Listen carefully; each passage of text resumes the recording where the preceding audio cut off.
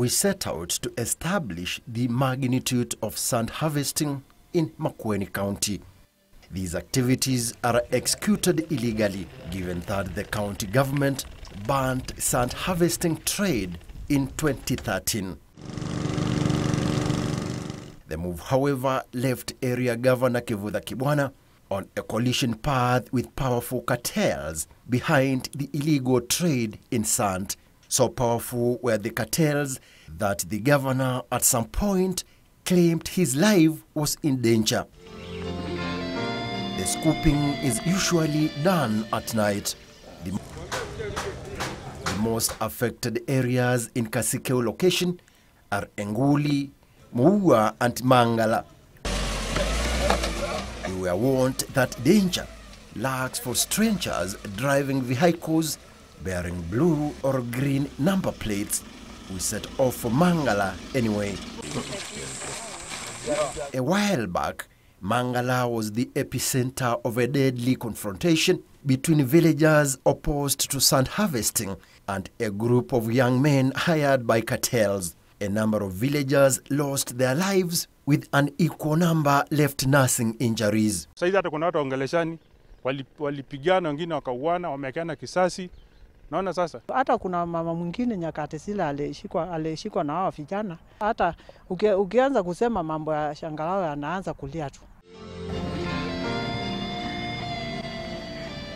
We had to be extremely careful. To access the area, we had to use one of the sand harvesters whom we picked on our way. His brief was to introduce our crew to his colleagues. When we arrived at the scene, the sand harvesters had all disappeared to a nearby thicket, having been promptly alerted of our presence. They had initially accused our fixer of being a traitor. However, a brief introduction and some sort of persuasion eased the tension. One after another, the young men started emerging from the thicket, but still armed just in case. This is the focal point of sand scooping activities in this area. The activities were initially carried out in this vast dry valley, but after the sand became scarce, they have now moved to the banks, mining away the sand to the last grain to eke a living. When they have already loaded a certain lorry, they fight for whoever has been given money. The effects are devastating. Majority of these young men are school dropouts. They drop from school due to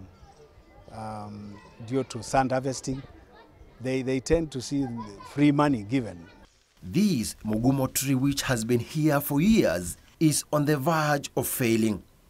The activities have eaten into a nearby shamba, but the owner cannot object for fear of reprisal. Trucks carrying loads of sand could be spotted cruising the area, but our presence here, plus our camera, made things even more confusing to the truck drivers. They were very uncomfortable, choosing to scoot away as quickly as possible. This destruction is replicated in most parts of the county. Sasa pale imefika kwenda juu ni kama walibeba kama mita 6 kwenda chini. Ilikuwa imeshika mpaka hata magari hapa ilikuwa inakwama, ilikuwa tunakuja tunavukulia gari ndio ipite. This almost dry riverbed was once a flowing river, but with massive sand harvesting here, you can see the results. On my left are results of some of the interventions made to rehabilitate the rivers. We want to use the youth themselves to do that, so that we can employ them to construct the sandy dams, we can employ them to do the gambions, and we can also use them to conserve the rivers. Rivers in PT2 in Kasikeu are showing signs of recovery. This is because residents here united to fight the sand harvesting menace. Food insecurity is no longer a problem here, as farmers use the little but available water to carry out irrigation.